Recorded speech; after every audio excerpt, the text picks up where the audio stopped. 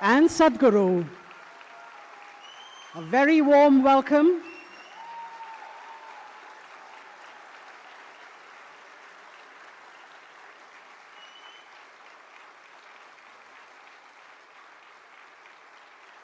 It is a great privilege to welcome the Honorable Prime Minister and Sadhguru today to the Save Soil event here in Delhi as part of Sadhguru's lone motorcycle journey across the world for the rallying call of Save Soil. Welcome, Honorable Prime Minister, sir, and Sadhguru. As I mentioned, it is a landmark day in Sadhguru's 100-day, 30,000-kilometer journey for the Conscious Planet Save Soil movement to accelerate citizen support and government action policy to revitalize soil. We have both Sadhguru and the Prime Minister here, and I'd like to request our soil champion, the lone motorcyclist, the one that needs no introduction, Sadhguru, to please share his pearls of wisdom with us.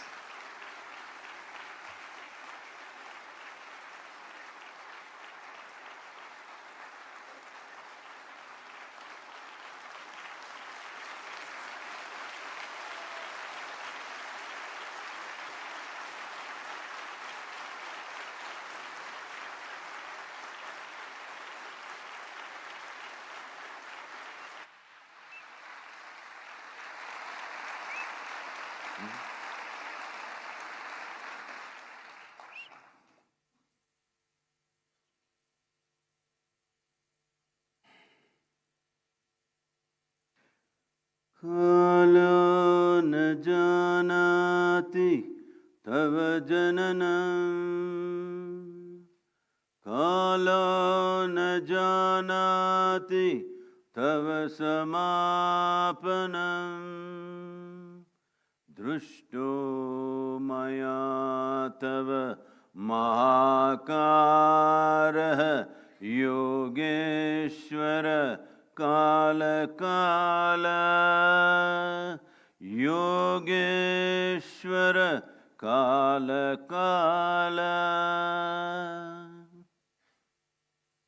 Namaskaram and our heartiest welcome to our beloved Prime Minister.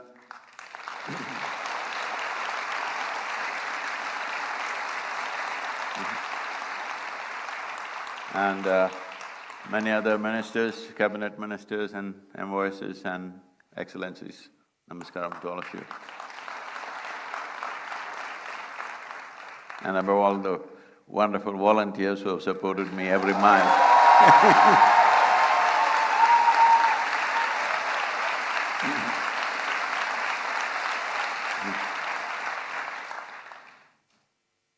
As human beings, we are here on this planet just in terms of planet's life just for a few moments. But still, how empowered we are that we can even threaten the life on this planet. This empowerment is the peak of evolution. This is what we are. We are the flower of evolution. We are the consequence of every other creature that has grown in this land, in this planet. But invested with such a sense of intelligence, with such a sense of capability, if we do not function consciously, if we do not function responsibly, our intelligence and our capabilities turn against us. This is what soil degradation is about. Soil degradation has happened, environmental damage has happened, not because there is some evil force sitting somewhere wanting to damage this planet. It is all in pursuit of human happiness and well-being that this is happening. So this is the case of a potato farmer who wanted to eat mangoes and went to the mango tree, but out of sheer habit started digging the earth looking for mangoes. When he did not find mangoes there, he became very furious and dug furiously, and slowly the tree came upon him. This is the case of humanity right now. This is where we are. So, every one of us, knowingly, unknowingly, are partners in this destruction. The only way around is Every one of us have to be partners in the solution. There is simply no other way. It is from this basis that Save Soil movement was launched, and in the last 2.5 years, as I've been talking to various agricultural ministries around the world, what was shocking for me was that most agricultural ministries in the world, 85% of the nation, still address soil as an inert substance that can be fixed by adding a chemical or taking out a chemical. But in this culture, we have always referred to soil as our mother. We cannot have an inert mother, we cannot have a dead mother. We need a living mother which will spawn generation after generation. It is not out of our bodies the future generations come. It is from the soil body that the future generations come and thrive. Unfortunately, we have brought that to a certain threat, but fortunately, we are in that cusp of time that if we act now in a determined way, it does not take any rocket science to fix this, nor does it take enormous amount of financial outlays. It just needs the right direction and a committed and approach, a resolute approach towards the solution. We can walk out of it, especially in our country, where 60% of our population still engaged in agricultural activity. And with a history of over 12,000 years of agricultural history in this country, where organized agriculture has been happening for over 12,000 years. But for 12,000 years, we managed our soils well. Only in the last 45 years this has happened, simply because probably the fear of famines of 1940s, the hangover of the 1940s, debilitating famines, we took emergency steps to mitigate that. Well, it worked in many ways, because India's average life expectancy in 1947 was 28 years. That means almost none of us have a right to exist right now by those standards. But today we have reached towards 74 or 75 years, which is a significant achievement for any nation. We have gotten here, but the steps that we took as a bridge, as an emergency step to cross over these famine-like situations, we should have rolled it back at some point. Unfortunately, we went at the same speed on the emergency scale and we have caused a certain amount of damage. It's very much possible to turn this around. And from my conversations with the Prime Minister, we know this concern is deep-rooted in his heart. It is just that we have to, as citizens of this nation, it is important you stand up and support a possibility, because these are steps which will take 10, 15, 20 years maybe to turn around fully. So when a government has to take long-term steps like this, without the support of the democratic citizens, there is no way no nation can take such steps, because government's terms are usually 5 years in this country. So 5-year term and 20-year policy is a little bit of a difficulty for various reasons. So it is very important people stand up and support this. This is not a protest, this is not an agitation, this is not an expression of anger or resentment. This is an expression of our love and responsibility for the life that we are, and the life that's around us, and the life that should be beyond us. This is very, very important. Right now, what we are threatening is the future generations. Every responsible scientist in the world is pointing out, in about 60 years' time, 90% of the world's soil will be degraded. And that is not a welcome prediction. Definitely this can be turned around with the necessary policies, and it does not need enormous outlays. It needs focus, it needs resolute action, which I'm sure in this day and age, India is very much capable under the able leadership that we have, that we are competent enough to take these steps. So it is not a situation of hopelessness. It is a situation where all of us have to tighten our belt and act and move in the direction of the solution rather than moving towards a problem.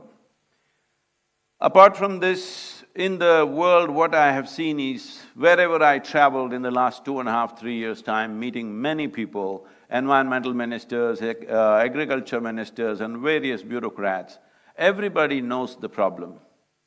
Everybody generally knows what is the solution. So what I grasped from this was, Everybody knows the problem, everybody knows the solution, but they're just waiting for an idiot to bell the cat. So here I am, I thought. So, because the problem is known to everybody in the world, all UN agencies are very conversant with the problem, most nations are very conversant with the problem, but somehow there was a silence. Fortunately, in the last 75 days, it is India 75, it's my great privilege, in 75 days I'm in New Delhi.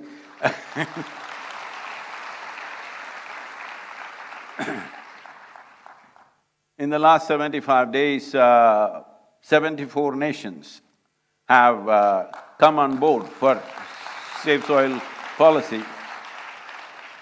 2.4 billion people have expressed their concern for soil, which has been never before.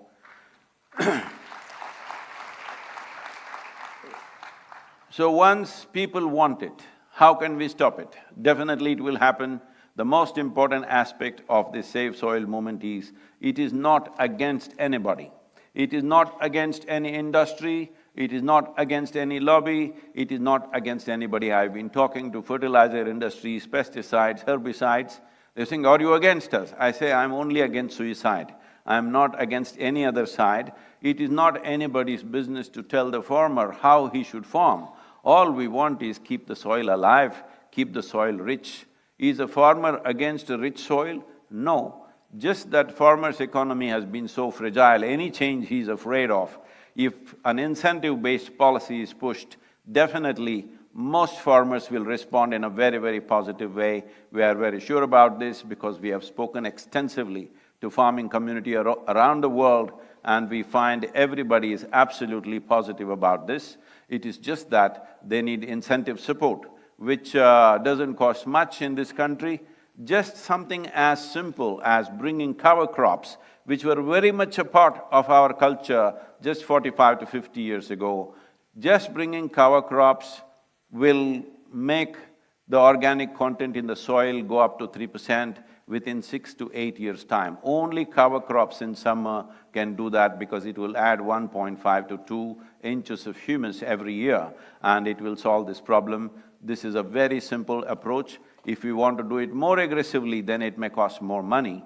But to do it in the simplest possible way is cover crop. Why I'm saying cover crop is, right now it's the month of May. If you fly across India, you will see, except Western Ghats and northeastern part of India, largely it looks like a brown desert. This is not how India should look. Whatever the season, there must be green leaf on the land, and this was the way India's farming used to be. This is the way the wisdom of the farming community used to work, but unfortunately, we have dropped these things for whatever reasons. Instead of looking for who is to be blamed, instead of looking for what is the problem, who caused the problem, all of us are the problem, and all of us should become the solution. Thank you very much. And once again, thank you, sir, for being here.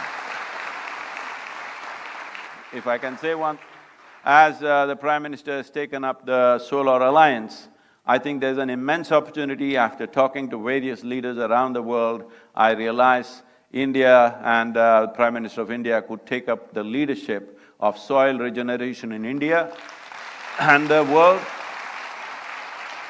The global leadership for soil regeneration, starting with G20, considering we are going to have the stewardship of G20 in the coming year. Thank you very much. Thank you, Sadhguru, for your enlightening words. And as mentioned by him, the Save Soil movement has already touched 2.5 billion people, and 74 countries have agreed to act to save soil. This is a movement that has united the world, a mission that has brought people together across the globe to commonly address, because it concerns each of us, everyone on earth. His message is simple.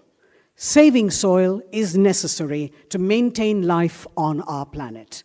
As occupants of a shared planet, we have the unique opportunity now to be part of the solutions for crises like soil extinction and desertification. Here's presenting to you a video that explains the science behind the Save Soil campaign.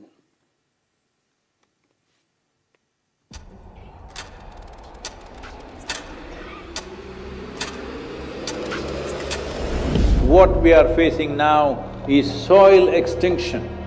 In most countries, more than 50% of the topsoil is already gone. Every responsible scientist in the world is clearly saying by 2045, we will be producing 40% less food. 300,000 farmers committed suicide. What else does it take to stir your humanity? UNFAO is saying the food that we are eating belongs to the unborn child. Eating away the food of that life is the worst possible way to live, isn't it? It is agreed by all scientific communities, minimum 3% organic content is essential to keep the organisms fed in the soil. So this is what we must aim at, an incentive-based policy where if you get the land to 3% organic content, you will get a certain amount of incentive.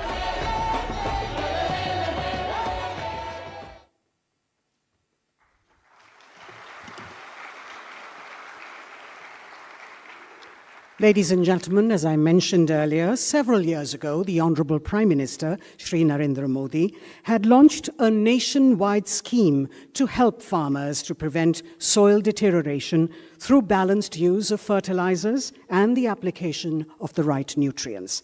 The Honorable Prime Minister's foresight, vision, and commitment to the global efforts to restore and rejuvenate our planet and soil in particular from extinction is exceptional.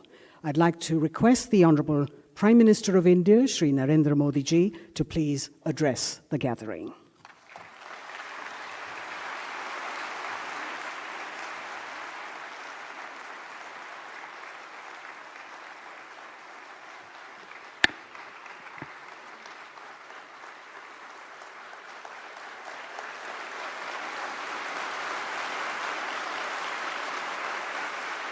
नमस्कार। आप सभी को,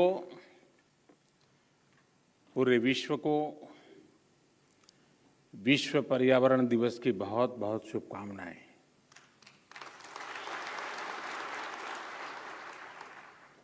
सद्गुरु और Isha foundation भी आज बधाई के पात्र हैं। मार्च में उनकी संस्था ने सेव सॉइल अभियान की शुरुआत की थी। 27 देशों से होते हुए उनकी यात्रा और 75वें दिन यहाँ पहुँची है। आज जब देश अपनी आज़ादी के 75वें वर्ष का पर्व मना रहा है, इस अमृत काल में नए संकल्प ले रहा है, तो इस तरह के जन अभियान बहुत अहम हो जाते हैं। साथियों, मुझे संतोष है कि देश में पिछले 8 साल में जो योजनाएं चल रही हैं, जो भी प्रोग्राम चल रहे हैं, सभी में किसी न किसी रूप से पर्यावरण संरक्षण का आग्रह है। स्वच्छ भारत मिशन हो या वेस्ट टू वेल्थ से जुड़े कार्यक्रम, अमृत मिशन के तहत शहरों में आधुनिक सीवेज ट्रीटमेंट प्लांट्स का निर्माण हो या फिर सिंगल यूज प्लास्टिक से मुक्ति का अभियान, या नमामि गंगे के तहत गंगा स्वच्छता का अभियान, one sun one grid solar energy पर फोकस हो या इथेनॉल के उत्पादन और ब्लेंडिंग दोनों में वृद्धि, पर्यावरण रक्षा के भारत के प्रयास बहुआयामी रहे हैं। और भारत ये प्रयास तब तक कर रहा है जब दुनिया ने, आज जो क्लाइमेट के लिए दुनिया परेशान है, उस बर्बादी में हम लोगों की भूमिका नहीं है, हिंदुस्तान की भूमिका नहीं है। विश्व के बड़े और आधुनिक देश न केवल धरती के ज्यादा से ज्यादा संसाधन का दोहन कर रहे हैं, बल्कि सबसे ज्यादा कार्बन एमिशन भी उन्हीं के खाते में जाता है। कार्बन एमिशन का ग्लोबल औसत प्रति व्यक्ति 4 टन का है, जबकि भारत में प्रति व्यक्ति कार्बन फुटप्रिंट प्रतिवर्ष आधे टन के आसपास ही है। कहां 4 टन और कहां आधे टन। बावजूद इसके भारत पर्यावरण की दिशा में एक होलिस्टिक अप्रोच के साथ न केवल देश के भीतर बल्कि वैश्विक समुदाय के साथ भी जुड़ करके काम कर रहा है। अंतर्राष्ट्रीय स्तर पर भारत ने coalition for disaster resilient infrastructure CDRI और जैसे अभी सदगुरु जी ने कहा इंटरनेशनल सोलर अलायंस ISA के निर्माण का नेतृत्व किया है। पिछले वर्ष भारत ने ये भी संकल्प लिया है कि भारत 2070 तक नेट जीरो का लक्ष्य हासिल करेगा।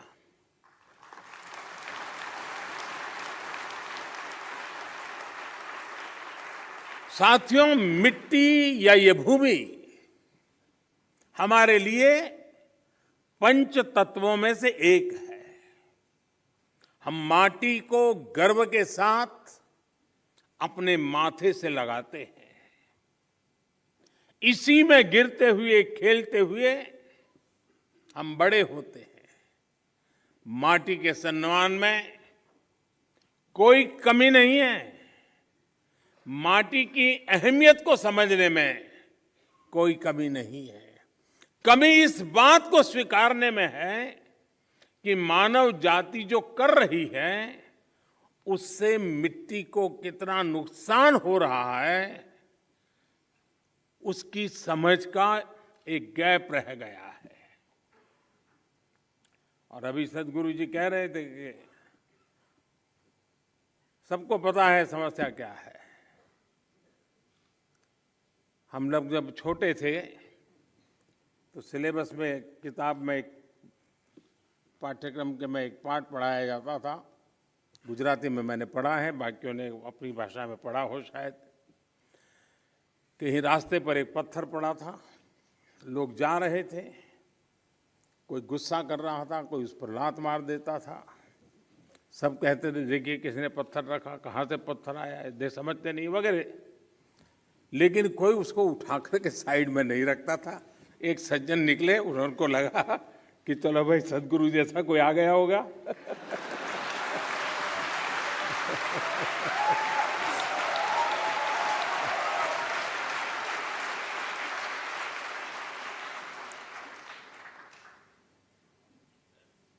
हमारे यहाँ युधिष्ठिर और दुर्योधन के भेद की जब चर्चा होती है तो दुर्योधन के विषय में जब कहा जाता है तो यही कहता है कि जाना भी धर्म न च में प्रवृत्ति।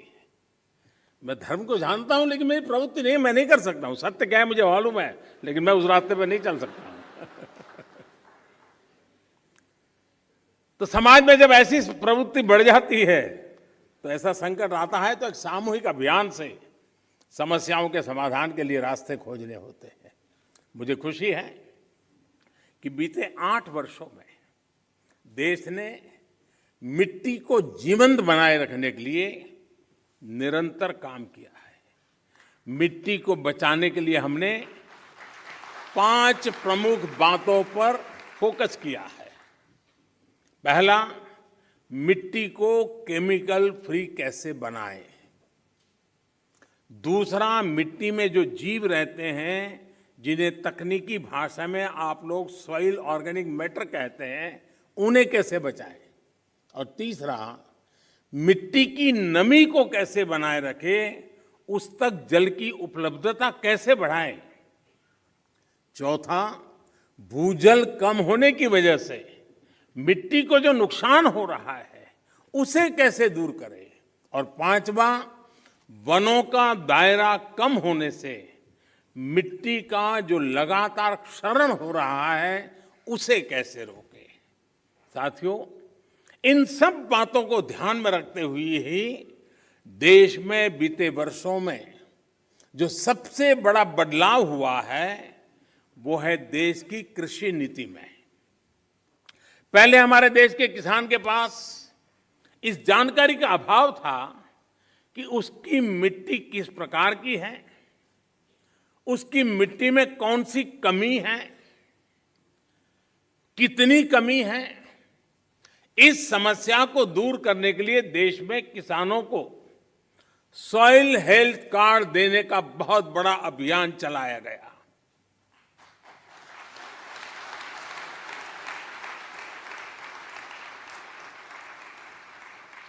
अगर हम किसी को, मनुष्य को हेल्थ कार्ड दें ना, तो भी अखबार में हेडलाइन बन जाएगी कि मोदी सरकार ने कुछ अच्छा काम किया।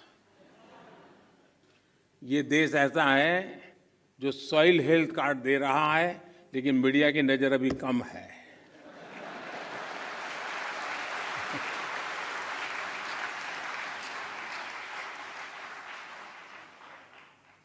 पूरे देश में 22 करोड़ से ज्यादा सॉइल हेल्थ कार्ड किसानों को दिए गए, और सिर्फ कार्ड ही नहीं दिए बल्कि देश भर में सॉइल टेस्टिंग से जुड़ा एक बहुत बड़ा नेटवर्क भी तैयार हुआ है। आज देश के करोड़ों किसान सॉइल हेल्थ कार्ड से मिली जानकारी के आधार पर फर्टिलाइजर्स और माइक्रो न्यूट्रिएंट्स का उपयोग कर रहे हैं। इससे किसानों को लागत में 8 से 10% की बचत हुई है और उपज में 5 से 6% की बढ़ोतरी देखी गई है। यानी जब मिट्टी स्वस्थ हो रही है, तो उत्पाद भी बढ़ रहा है। मिट्टी को लाभ पहुंचाने में यूरिया की 100% नीम कोटिंग ने भी बहुत फायदा पहुंचाया है। माइक्रो इरिगेशन को बढ़ावा देने की वजह से, अटल भू योजना की वजह से देश के अनेक राज्यों में मिट्टी की सेहत भी संभल रही है। कभी कभी कुछ चीजें, अब मान लीजिए कोई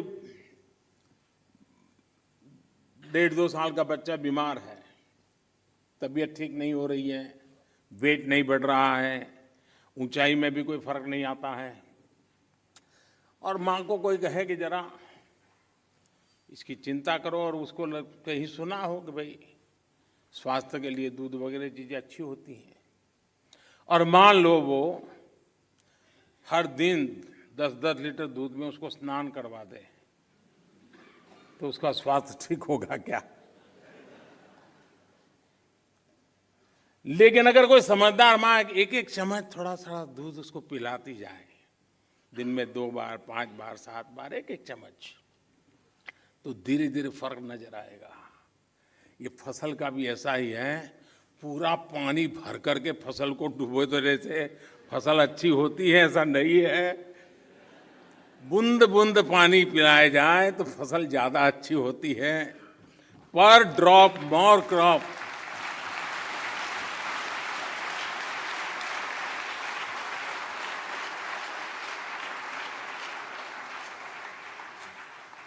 अनपढ़ मां भी अपने बच्चे को 10 लीटर दूध से नहलाती नहीं है, लेकिन पढ़े लिखे हम लोग पूरा खेत पानी से भर देते हैं।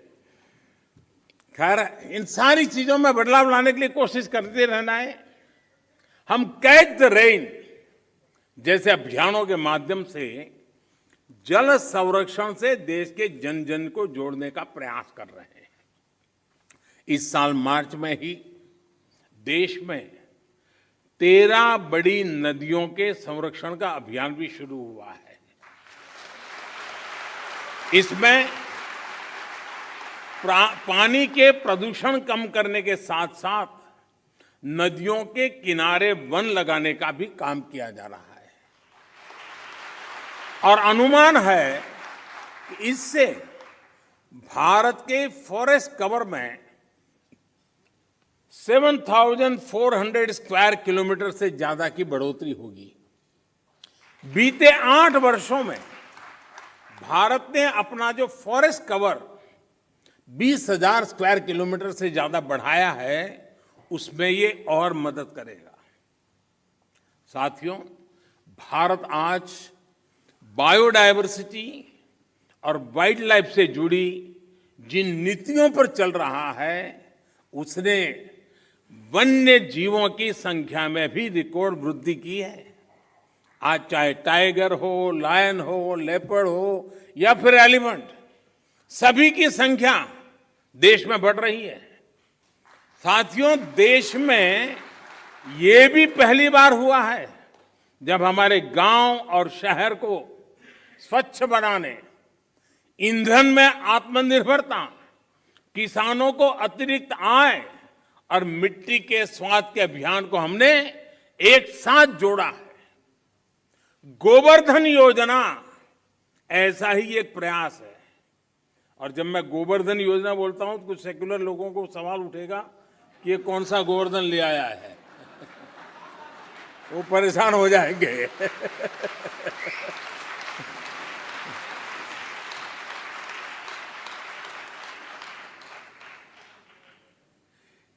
इस गोवर्धन योजना के तहत बायोगैस प्लांट्स गोबर और खेती से निकलने वाले अन्य कचरे को ऊर्जा में बदला जा रहा है। कभी आपको काशी विश्वनाथ के दर्शन के लिए जाएं तो वहां एक गोवर्धन का भी प्लांट कुछ किलोमीटर दूरी पर लगा है, जरूर देख के आइए। इससे जो जैविक खाद बनती है वो खेतों में काम आ रही है। मिट्टी पर अतिरिक्त दबाव बनाए बिना हम पर्याप्त उत्पादन कर सके, इसके लिए बीते 7-8 सालों में 1600 से ज्यादा नई वैरायटी के बीज भी किसानों को उपलब्ध कराए गए हैं। साथियों, नेचुरल फार्मिंग में भी हमारी आज की चुनौतियों के लिए एक बहुत बड़ा समाधान है। इस साल के बजट में हमने तय किया है कि गंगा के किनारे बसे गांवों में नेचुरल फार्मिंग को प्रोत्साहित करेंगे।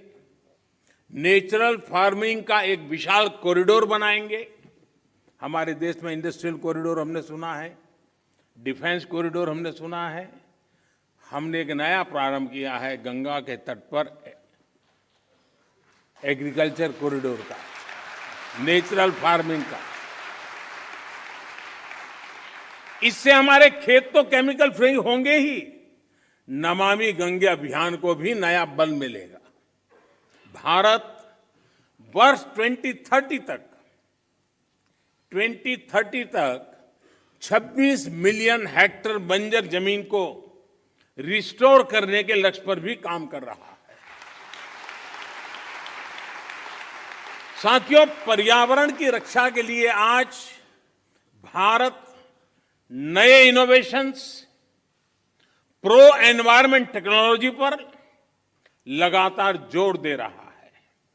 आप सभी ये जानते हैं कि प्रदूषण कम करने के लिए हम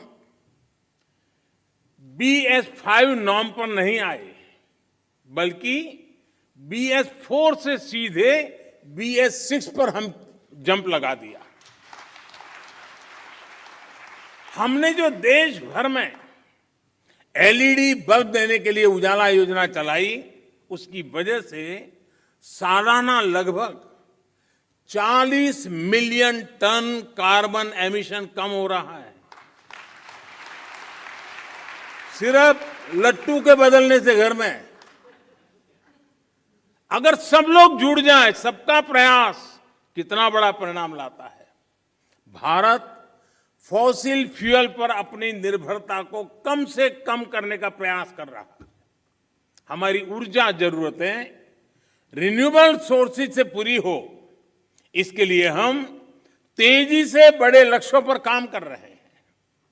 हमने अपनी इंस्टॉल्ड पावर जनरेशन कैपेसिटी का 40% non fossil fuel based sources से हासिल करने का लक्ष्य तय किया था। ये लक्ष्य भारत ने तय समय से 9 साल पहले ही हासिल कर लिया है।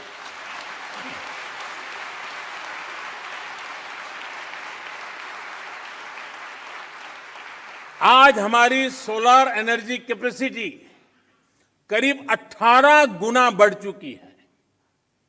हाइड्रोजन मिशन हो या फिर सर्कुलर इकोनॉमी पॉलिसी का विषय हो, ये पर्यावरण रक्षा की हमारी प्रतिबद्धता का प्रमाण है। हमने पुरानी गाड़ियों को लिए स्क्रैप पॉलिसी लाए हैं। वो स्क्रैप पॉलिसी भी अपने आप में एक बहुत बड़ा काम होने वाला है। साथियों, अपने इन प्रयासों के बीच आज पर्यावरण दिवस के दिन भारत ने एक और उपलब्धि हासिल की है और ये मेरा सौभाग्य है कि खुशखबरी देने के लिए मुझे आज बहुत उचित मंच मिल गया है।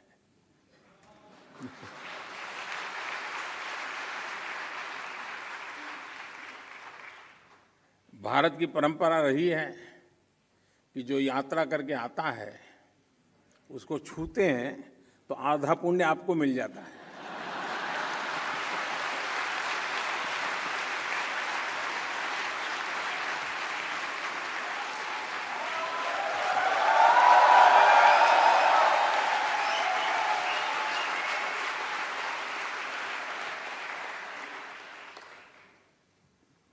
ये खुशखबरी मैं आप जरूर सुनाऊंगा और देश को और दुनिया के लोगों को भी आनंद आएगा। हाँ, कुछ लोग आनंद ही ले सकते हैं।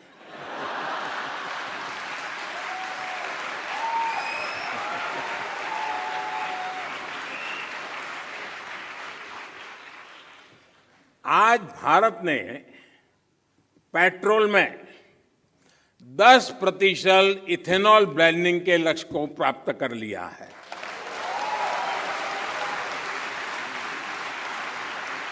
आपको ये जानकर भी गर्व की अनुभूति होगी कि भारत इस लक्ष्य पर तय समय से 5 महीने पहले पहुंच गया है।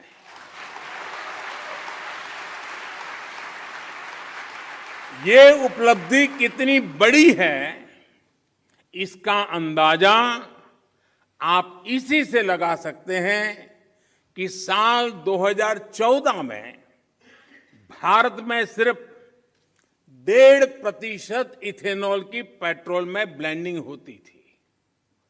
इस लक्ष्य पर पहुंचने की वजह से भारत को 3 सीधे फायदे हुए हैं। एक तो इससे करीब 27 लाख टन कार्बन एमिशन कम हुआ है।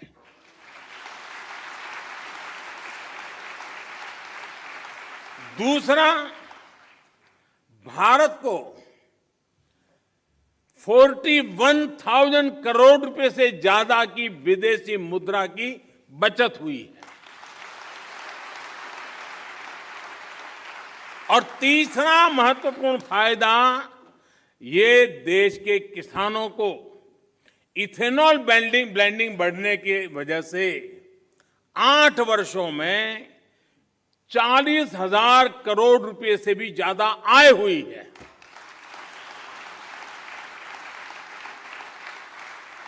मैं देश के लोगों को, देश के किसानों को, देश की ऑयल कंपनियों को इस उपलब्धि के लिए बधाई देता हूं।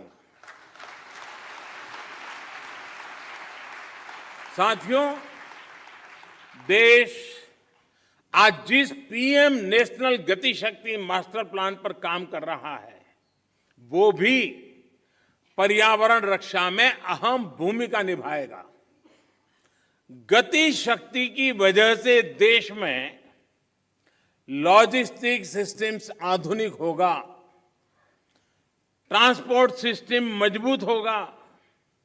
इससे प्रदूषण कम करने में बहुत मदद मिलेगी। देश में मल्टी मॉडल कनेक्टिविटी हो, 100 से ज्यादा नए वाटर वे के लिए काम हो, ये सभी पर्यावरण की रक्षा और क्लाइमेट चेंज की चुनौती से निपटने में भारत की मदद करेंगे। साथियों, भारत के इन प्रयासों, इन अभियानों का एक और पक्ष है जिसकी चर्चा बहुत कम होती है। ये पक्ष है ग्रीन जॉब्स। भारत जिस प्रकार पर्यावरण हित में फैसले ले रहा है, उन्हें तेजी से लागू कर रहा है, वो बड़ी संख्या में ग्रीन जॉब्स के अवसर भी बना रहे हैं। ये भी एक अध्ययन का विषय है कि जिसके बारे में सोचा जाना चाहिए।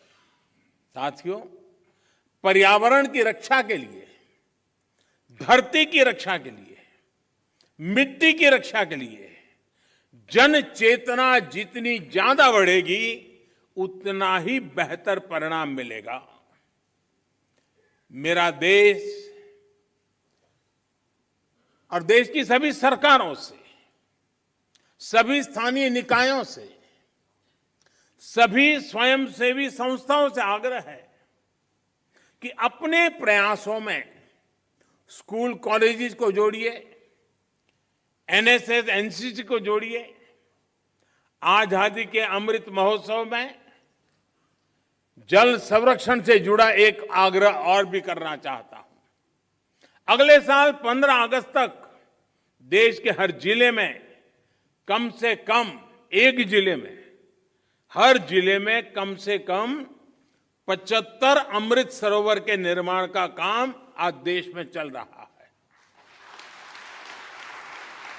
50,000 से ज्यादा अमृत सरोवर आने वाली पीढ़ियों के लिए वाटर सिक्योरिटी सुनिश्चित करने में मदद करेंगे।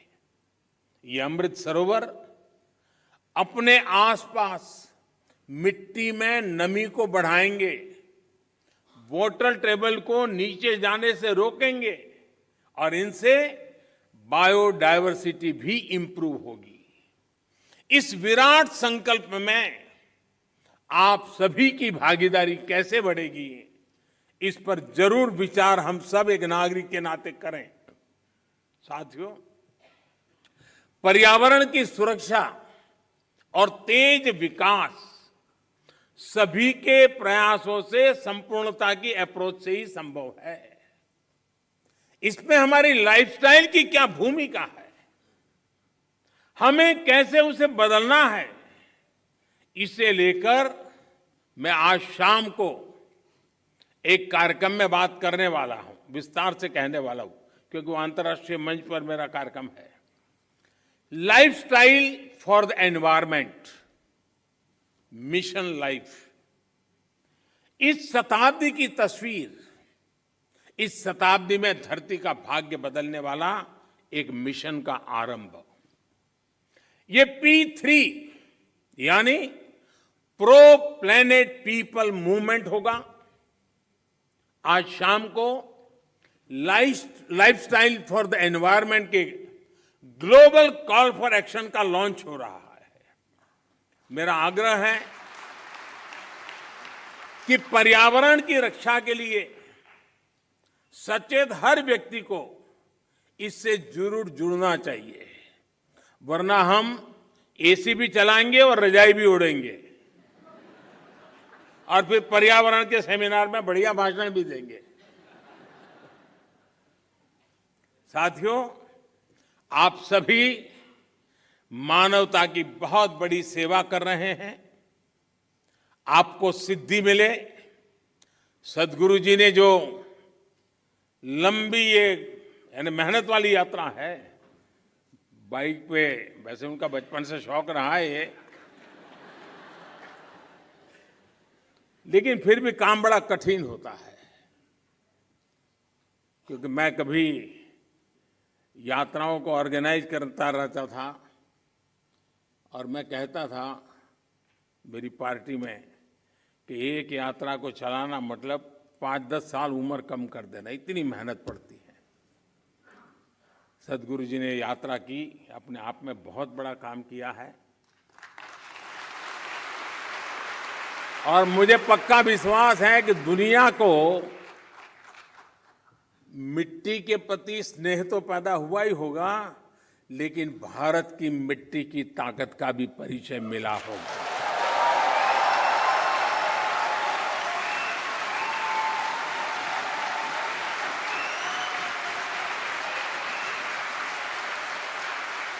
आप सबको बहुत बहुत शुभकामनाएं। धन्यवाद।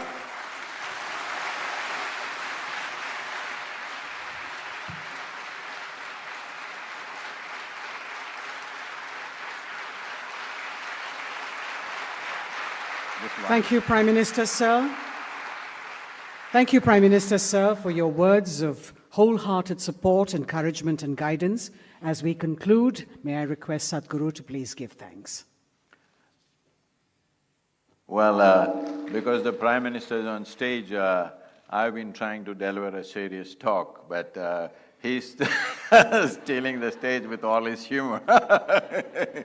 So, whether we want to ensure food security for the nation, enhance farmers' income, enhance biodiversity, bring back aliveness into our soil, save soil is very important. We beseech the Prime Minister to take dynamic steps in this direction. He's already narrated many things. We are willing to work with the required ministries to take this ahead. Thank you very much, sir, for being here today. Thank you, Sadhguru and Prime Minister, sir, for your vision and foresight. Please remain in your places, ladies and gentlemen, as the Prime Minister and Sadhguru leave the hall.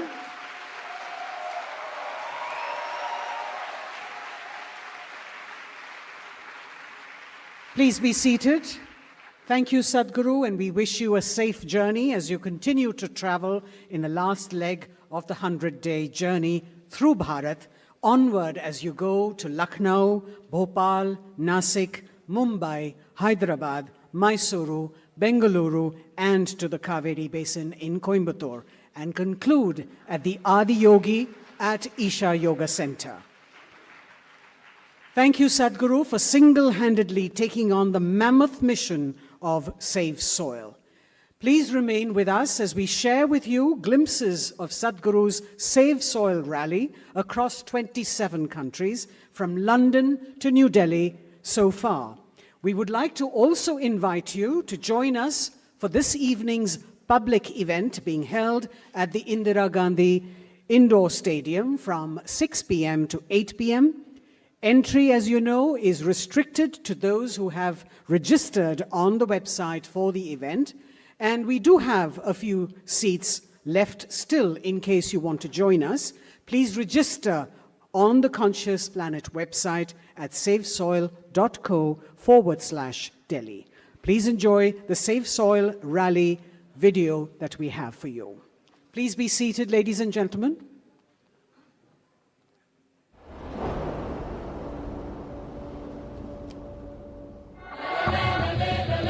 It's a great pleasure for me. These beautiful Caribbean nations are going for this fast. This memorandum of understanding that we signed, it will also bring some technical assistance to the Caribbean region.